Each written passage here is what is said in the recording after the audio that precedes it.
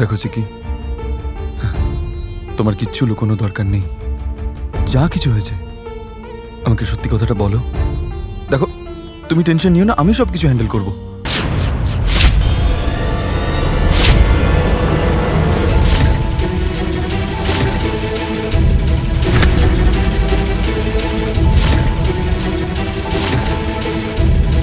কোন সত্যি English medium? আর কি সামলাবার কথা বলছো? Sorry Chiki, it's okay, fine. আমাকে শুধু একটুকুনি বলো, এই বেবিটা কার?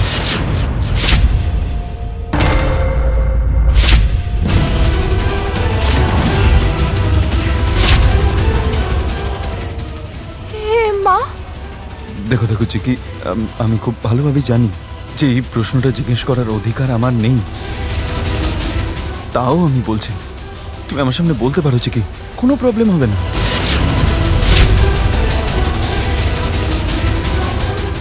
সরি চিকি, অ্যাকচুয়ালি আমাদের বিষয়ে আমাদের ফ্যামিলি কিছুই জানে না এখনো।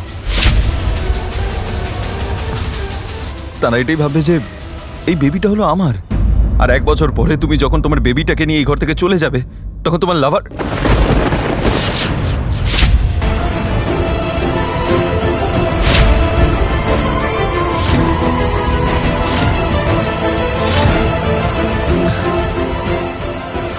মানে যাকে তুমি ভালোবাসো তার কাছে, মানে তোমার বেবিটাকে নিয়ে তুমি যখন তার কাছে চলে যাবে তখন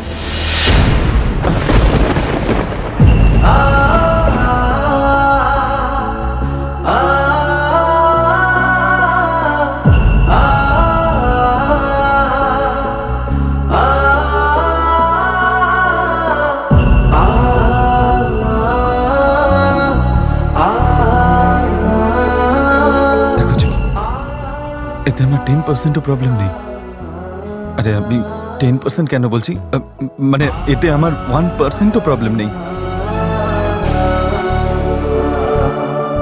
আই এম টোটালি হ্যাপি, খুবই খুশি। কিন্তু 1 বছর পরে তুমি যখন তোমার বেবিকে নিয়ে এখান থেকে চলে যাবে,